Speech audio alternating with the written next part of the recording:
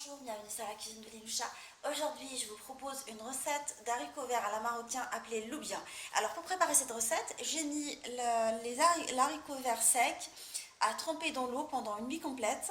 Et là, je vais le mettre dans une cocotte avec l'eau dans laquelle je l'ai mise à tremper. Et je le mets à cuire à température, je vais mettre dans une cocotte pour le cuire pendant 20 minutes sous pression. Entre temps, je vais préparer la sauce qui va accompagner les haricots blancs. Alors, j'ai râpé un oignon, un gros oignon blanc.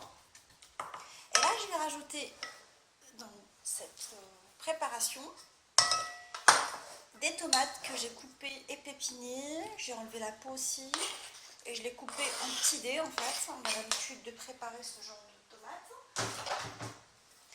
Alors si vous n'avez pas le temps, vous pouvez très bien opter pour un gros cassé de tomates en boîte. Alors, je rajoute de l'huile d'olive,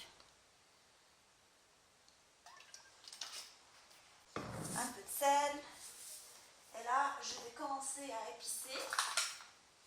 Je vais mettre du curcuma, du gingembre, un peu de piment doux, un peu de cumin en poudre,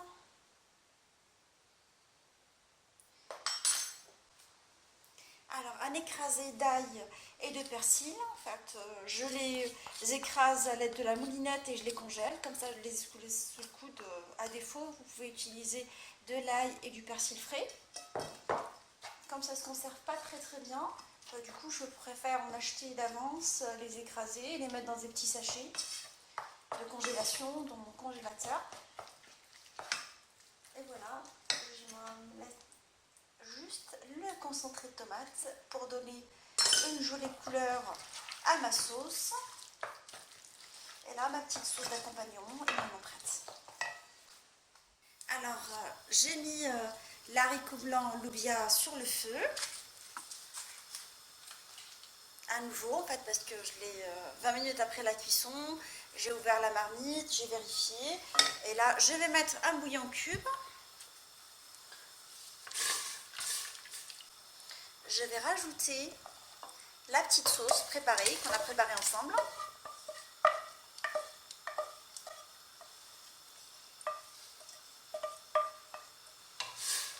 Alors, je mélange correctement la marmite.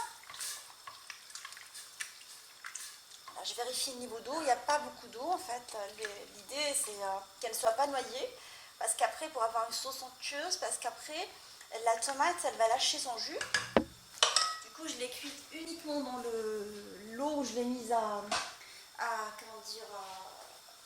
où je l'ai laissée vraiment reposer toute la nuit pour qu'elle gonfle. Je n'ai pas rajouté d'eau dans la marmite, je l'ai cuite dans 1 litre d'eau. Et là, je ferme la marmite à nouveau, sous pression, et je la laisse cuire pendant un quart d'heure. Ma recette de loubia, elle est maintenant prête. La sauce, elle est onctueuse. Le parfum est délicieux. Elle évoque chez moi beaucoup de nostalgie, cette recette.